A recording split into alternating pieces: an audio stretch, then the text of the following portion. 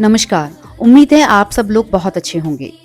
आज की इस वीडियो में हम आपको झाड़ू से जुड़ी हुई कुछ विशेष बातें बताएंगे जो कि आपके जीवन में बहुत ही लाभकारी सिद्ध होंगी।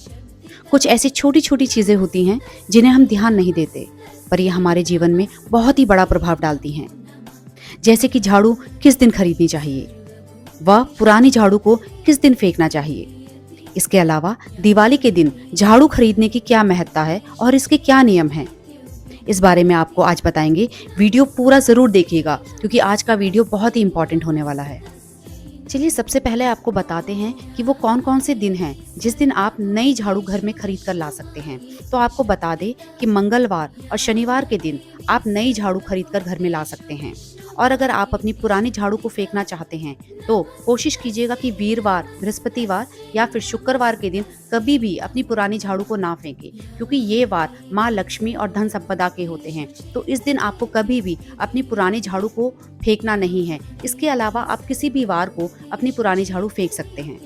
हिंदू शास्त्रों में झाड़ू को माँ लक्ष्मी जी का प्रतीक माना गया है।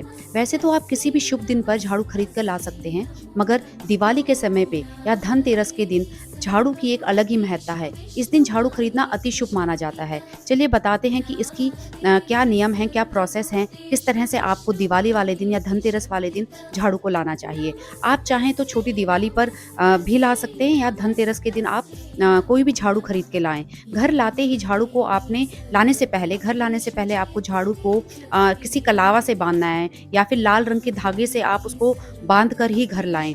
ये समझ लीजिए कि आप झाड़ू नहीं, माँ लक्ष्मी जी को अपने घर में प्रवेश करा रहे हैं। जी हाँ, झाड़ू को आपको ऐसे ही घर पे नहीं लेके आना है। झाड़ू माँ लक्ष्मी जी का कारक होता है, उनका प्रतीक होता है। और क्योंकि झाड़ू माँ लक्ष्मी जी का भी वाहन है तो हमें इसका भी ख्याल रखना है। तो घर में जब आप अंदर प्रवेश करें तो पहला कदम आपका सीधा होना चाहिए। सीधे पैर से आप घर के अंदर प्रवेश करें। इसके बाद आपको झाड़ू को अच्छे से संभाल कर छुपा कर रखना है। आपको झाड़ू को घर में लाकर ऐसे ही नहीं फेंकना है, बल्कि उसको बहुत ही इज्जत के साथ घर में लेकर आना है और अच्छे से संभाल कर रखना है। जिस प्रकार हम अपने धन संपदा को छुपा कर और सहेज कर रखते हैं, बिल्कुल उसी प्रकार से आपको पूरी तन्मयता और इज्जत के साथ झाड़ू को शुद्ध स्थान पर रखना है। झाड़ू को कभी भी खड़ा करके ना रखें, लेटा कर रखें। ध्यान रखें कि किसी का पैर झाड़ू पर ना पड़े। अब बताते हैं कि इस झाड़ू का इस्तेमाल आपको करना कैसे है। बड़ी दिवाली की सुबह में आपको इसी झाड़ू से सबसे पहले उस स्थान की सफाई करनी है जहां पर आपकी माँ लक्ष्मी जी विराजमान हैं या जहां पर आप दिवाली का पूजन शाम को करने वाले हैं। उस स्थान की सफाई पहले आप इस झाड़ू से करेंगे। इसके बाद इसी झाड़ू से हर रोज़ आप अपने घर की सफाई कर सकते हैं, मगर इस बात का ध्यान रखें कि दिवाली बीत जाने के बाद भी आपको झाड़ू का निरादर नहीं करना है, उसको गलत तरीके से नहीं रखना है या इस्तेमाल नहीं करना है। झाड़ू हमारे घर की गंदगी साफ करता है, घर की नेगेटिविटी को ख़त्म करता है, साफ सुथरा रखता है। तो उस चीज़ को भी हमें साफ और अच्छे से रखना है। दिवाली पर लाया गया यह झाड़ू आपके घर में एक पॉजिटिव एनर्जी को लेकर आता है, और अगर आप बताए गए तरीकों से इसका इस्तेमाल करेंगे तो यकीन माने आपको आपके ऊपर माँ लक्ष्मी जी की कृपा सदैव बनी रहेगी।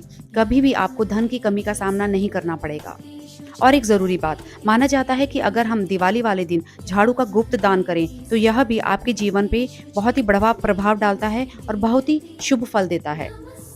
चलिए एक बार फिर से आपको बता देते हैं कि झाड़ू का इस्तेमाल आपको कैसे करना है। दिवाली वाले दिन सुबह आपको झाड़ू को तिलक करके उसकी पूजा करनी है। उसके बाद उसी झाड़ू से आपको उस जगह की सफाई करनी है जहाँ पे आपको शाम को लक्ष्मी पूजन करना है। उसके बाद उस झाड़ू से आप पूरे घर की सफाई कर सकते हैं और अगले दिन से आप उस झाड़ू को हमेशा साफ सफाई के लिए इस्तेमाल कर सकते हैं। तो उम्मीद करती हूँ कि आपको आज के इस वीडियो में पता चल गया होगा कि झाड़ू लाने की क्या महत्ता है और किस तरह से आपको इसका प्रयोग करना है। आप सभी को धनतेरस और दीपावली की बहुत बहुत शुभकामनाएं। वीडियो अच्छा लगा हो तो लाइक ज़रूर कीजिएगा, और अगर आप चैनल पर नए हैं तो चैनल को सब्सक्राइब करना बिल्कुल मत भूलिएगा। इसी तरह के और भी वीडियोस के लिए चैनल को सब्सक्राइब कीजिएगा। धन्यवाद।